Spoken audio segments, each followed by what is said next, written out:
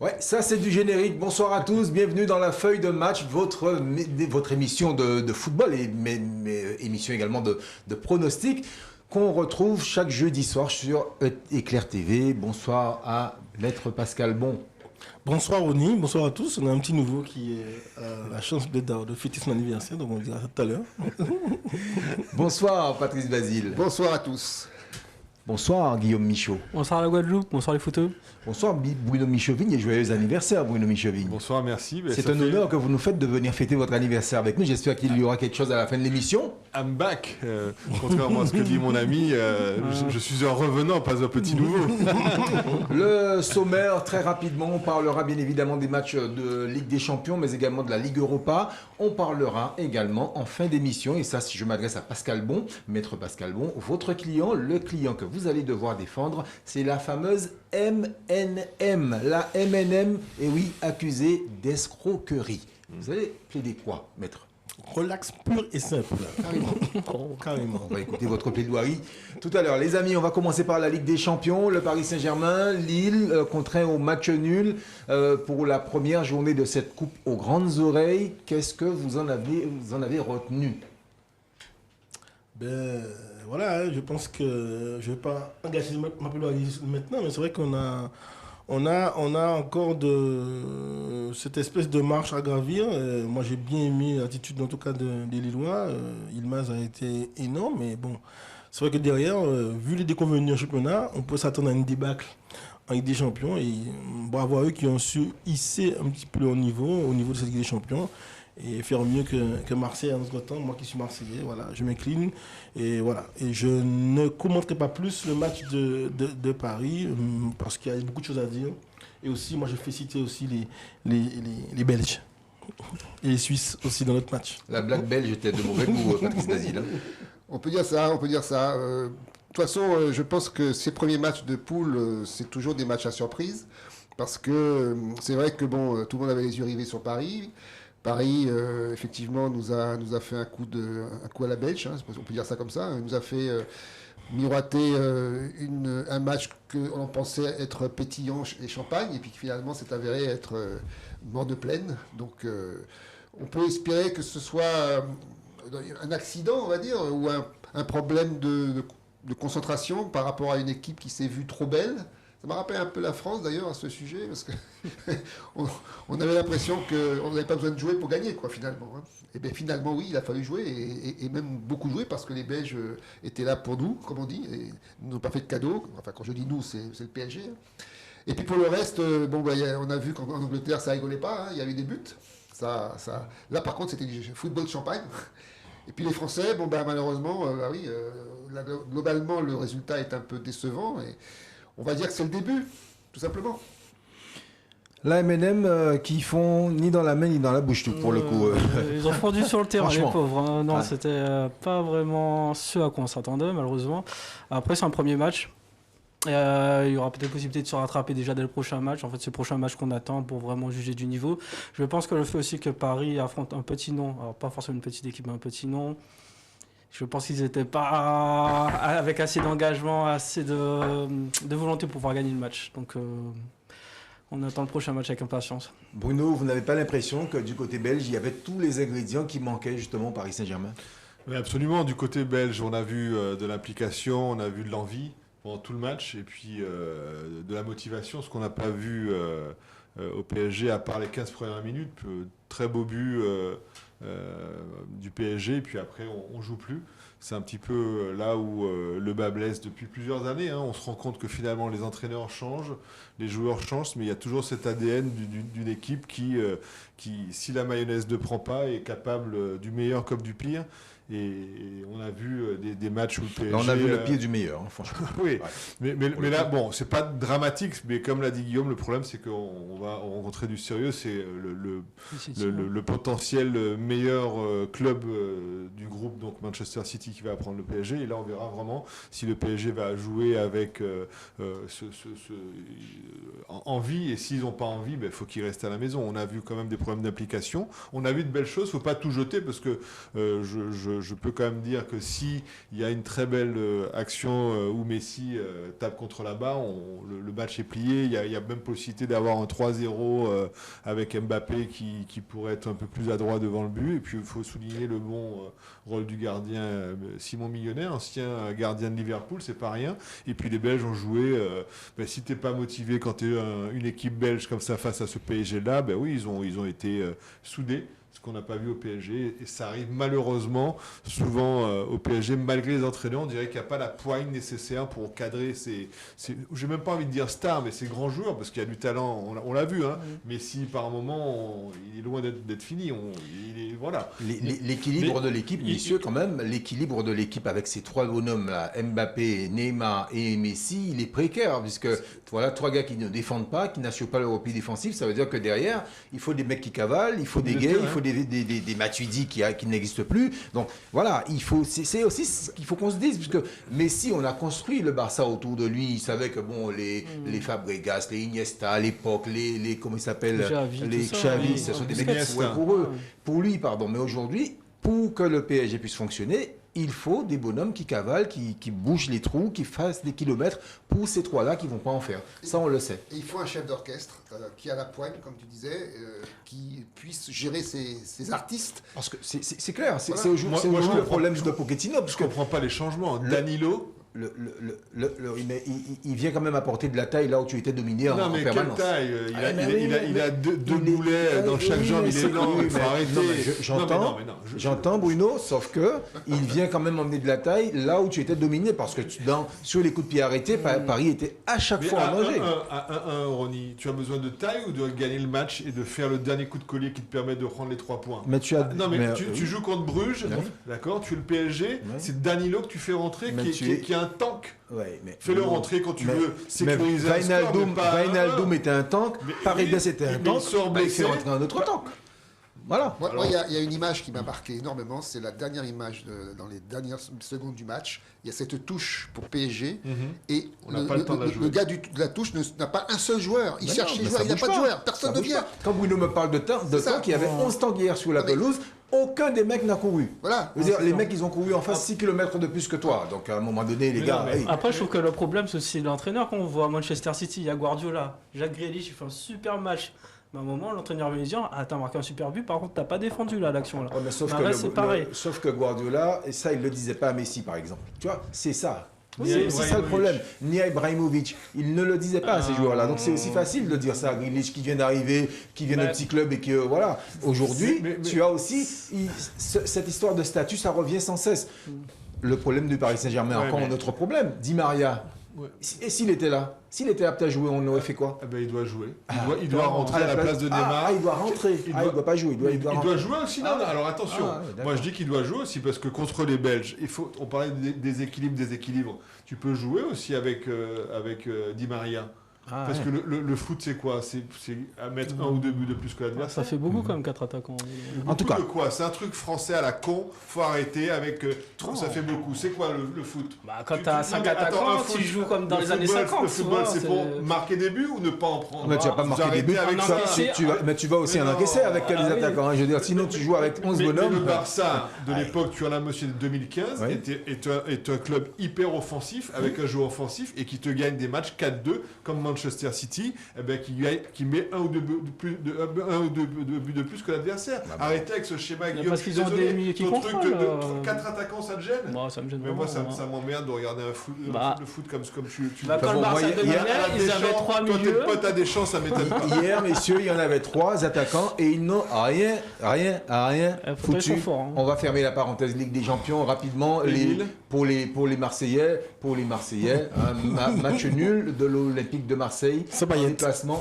C'était un match sans Payet pour l'OM qui a été rejoint sur le fil. Match victoire de l'AS Monaco et puis belle victoire de Lyon également. Donc voilà ce qu'on va retenir pour les clubs français dans cette première journée des matchs européens, que ce soit la Ligue des Champions ou encore la Ligue Europa. Je vous l'ai dit en préambule, émission de football, mais émission également de pronostic. La voici, elle va apparaître sur vos écrans dans quelques instants.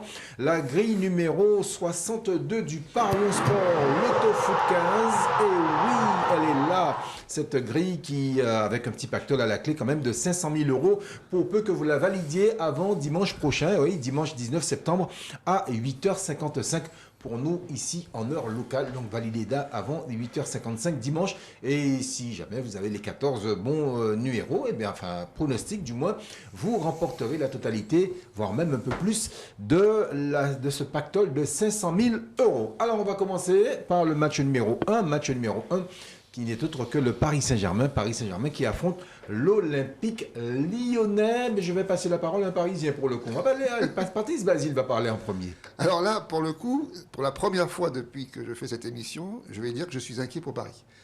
Parce que, après avoir vu le match contre Bruges, j'ai vraiment l'impression que l'équipe du Paris Saint-Germain aujourd'hui est partie pour se dire que, bon voilà, comme je disais tout à l'heure, c'est pas la peine de jouer pour gagner. Et c'est ça qui m'inquiète. Parce que autant avant, bon, on avait une équipe qui quand même se battait sur le terrain. Depuis quelque temps, ils avaient compris qu'il fallait courir. Autant là, je me dis, en voyant le match de Bruges, qui normalement aurait dû être un match en mode Ligue des Champions, donc avec un rythme. Et on sait que Paris joue beaucoup moins vite en championnat de France qu'en Ligue des Champions. Donc là, s'ils ont joué comme ça contre Bruges, qu'est-ce que ça va être contre Lyon ? Donc c'est un match qui pour moi va être, à mon avis, très indécis, parce que Lyon en plus, ils arrivent contre une équipe qui aujourd'hui, ne nous cachons pas les yeux, c'est le Barça aujourd'hui européen, le PSG. Quand on joue contre le Barça, on mouille sa chemise, on fait le match de sa vie. Donc ça va être vraiment un match où le Paris va encore avoir les mêmes problèmes qu'avec Bruges, il va falloir courir, il va falloir aller chercher le ballon. Et que si on a un Neymar qui joue comme il a joué contre Bruges, un Mbappé absent, parce que pour l'instant on ne sait pas s'il sera là, et un Messi qui, pour l'instant, découvre la capitale, on va dire ça comme ça, je ne sais pas où on va. Donc, pour moi, c'est un match... Bon, je vais quand même mettre Paris gagnant, mais je suis inquiet. Le Paris Saint-Germain qui affronte Lyon. Lyon qui a mis l'an dernier, si je ne m'abuse, une fin à une série de 14 matchs sans victoire du côté du Parc des Princes. Est-ce que le Paris Saint-Germain va reprendre la main ? Ben, j'ai envie de dire qu'on a une série qui est intéressante. 5 matchs, 5 victoires. Je veux dire, on a une équipe qui est dos au mur. Voilà. Et je sais aussi que Paris, quoi que tu en dises, tu as de quoi te rassurer parce que justement, après cette déconvenue sévère et inquiétante, ils auront à cœur de pouvoir remettre le pied sur le ballon et de retrouver un minimum d'efficacité face avec une équipe qu'ils redoutent. Ils ne vont pas arriver un peu en seigneur, en cadre, comme ils l'ont fait face à Bruges. Ils savent, avec Guimarães, Paqueta, ça va, Togombi aussi qui marque à chaque fois. Il faut dire ces attaquants-là. Moi, je pense qu'on peut espérer une victoire de Paris ou un match nul. Peut-être pas une défaite, mais ou un match nul parce que peut-être que voilà, Lyon va essayer peut-être de confirmer aussi son regain, puisque je dis, il y a Shaqiri qui va peut-être jouer, on ne sait pas, mais on a aussi on a l'impression qu'on retrouve notre Lyon. Et c'est vrai qu'avec l'arrivée de Guimarães, à mon sens, et Paqueta, qui est un petit peu mieux, moi je pense qu'il y aura un match intéressant. Peut-être pas une défaite de Lyon, mais pas forcément une victoire de Paris. Alors c'est peut-être le concurrent le plus sérieux des Parisiens cette saison, Guillaume. Bah là, c'est vraiment le gros test pour moi. À Lyon, joué contre Strasbourg la semaine dernière, ils ont été quand même assez impressionnants en termes de maîtrise de jeu. Je pense que ce que Peter Bosz essaie d'inculquer à l'équipe commence enfin à rentrer. D'autre côté, Paris, j'ai l'impression que des fois, ils ont tendance à sous-estimer l'adversaire, un peu comme en Coupe d'Europe cette semaine. Et donc, je vois un match assez ouvert, du coup. Donc, j'ai mis le 1 et le 2 pour ce match. Bruno ? C'est un match ouvert et je suis d'accord sur le fait que c'est un adversaire qui arrive à point nommé. Après, c'est juste un match nul. Il n'y a pas eu de... C'est pas catastrophique, mais s'il y avait une équipe qui permettait justement au PSG de se lancer, puis il y a effectivement, comme tu l'as dit, il y a 5 matchs, donc il y a eu envie de le faire. Je ne pense pas qu'il y a d'inquiétude. Et le public du parc, il faut le souligner, le public est de retour, est vraiment magnifique.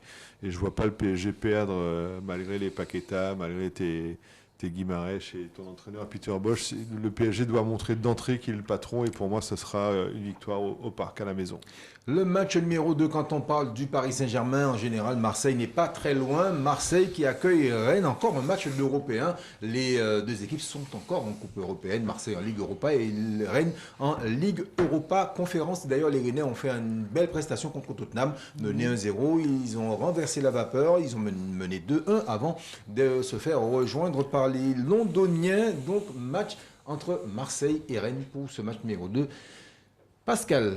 Un Marseillais pragmatique et en même temps de cœur, j'ai envie de dire qu'à domicile, notre public est intéressant, celui du Vélodrome.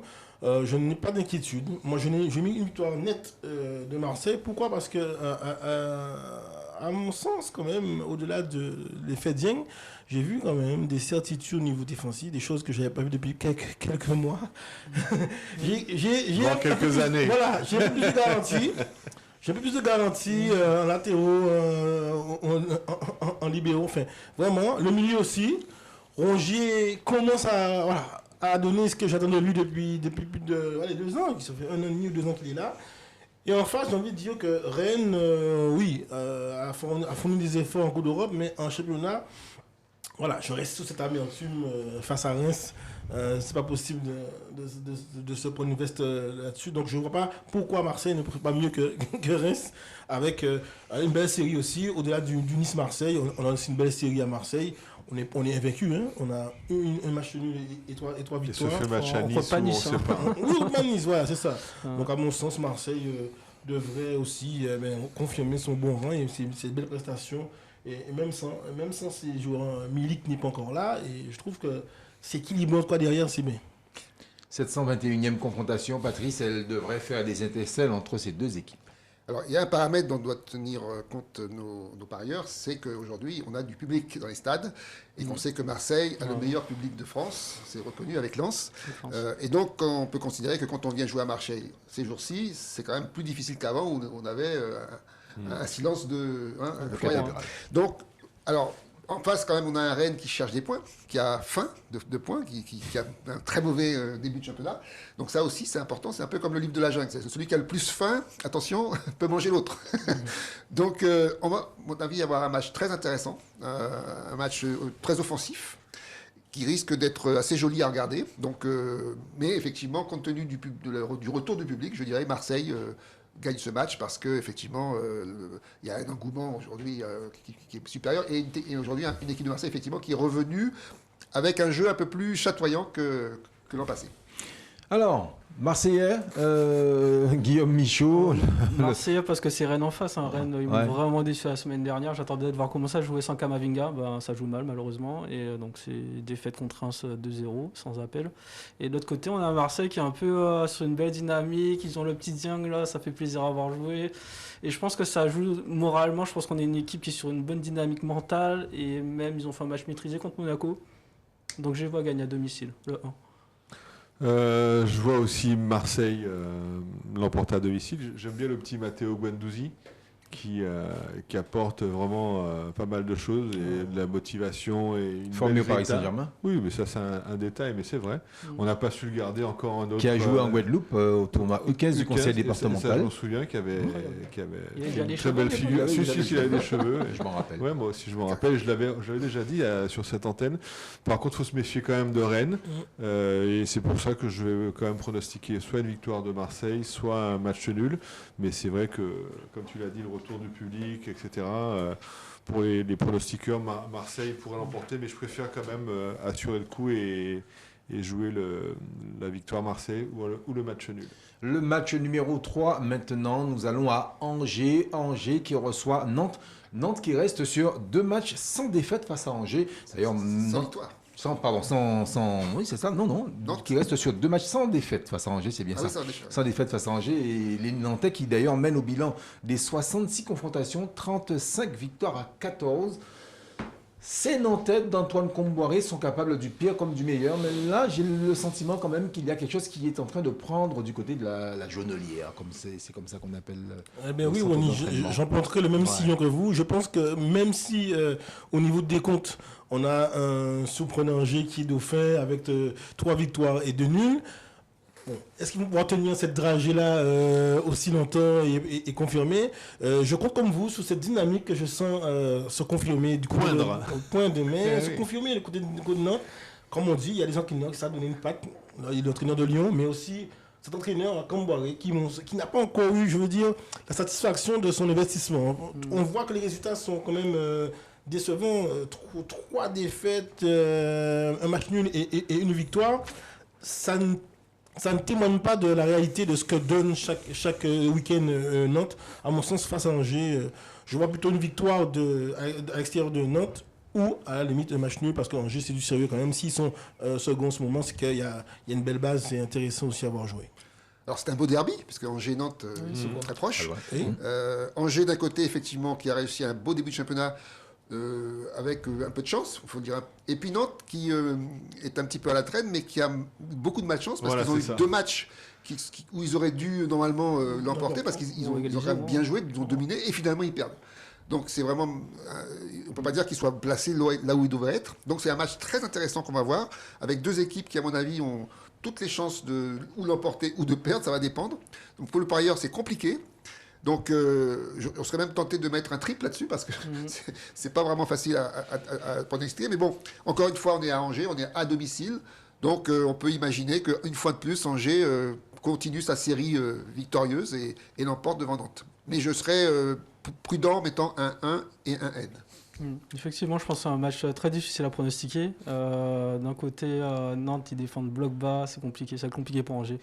Donc j'ai hésité entre le 1 et le N. Petit avantage à Angers par rapport à la dynamique, donc le 1, mais très difficile. Moi, je serais plutôt de ton côté, Ronny, où je vois justement le début d'une belle série des Nantais.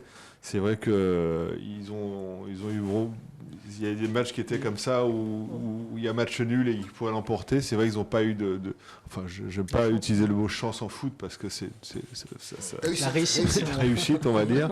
Et je pense que justement le Nantes de Comboiré va commencer sa série, donc je mettrai. Et puis c'est bien aussi pour nos amis parieurs de tenter des coups comme ça. Ça veut dire que là, on est à des endroits où personne nous attend. Donc les amis, tentez le 2.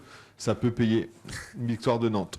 Le match numéro 4, aussi bizarre que ça puisse paraître, nous emmène à 3. Et oui, 3, qui accueille Montpellier. Un match à 6 points entre le 13e et le 9e. Et oui, 2 équipes séparées que par 3 points.